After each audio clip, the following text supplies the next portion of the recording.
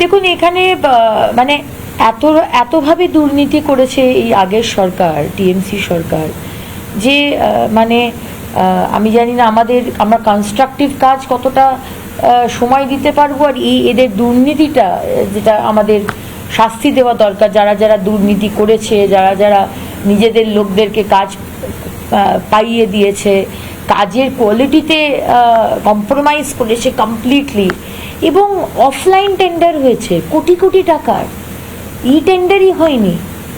সুতরাং আজকে অরূপ বিশ্বাস কোটি টাকা খরচা করে পাবলিক টয়লেট বানাচ্ছেন, যার লিগ্যালিটির গভর্নমেন্ট নর্মস ফলো করা হচ্ছে না, এবং সেখানে বিউটিফিকেশন, এটা বাচ্চা বাচ্চা ছেলে মেয়ের মূর্তি, যে পশ্চারে তারা দাঁড়িয়ে আছে, এগুলো তো ভীষণই কি বলবো, মানে নিম্ন রুচির।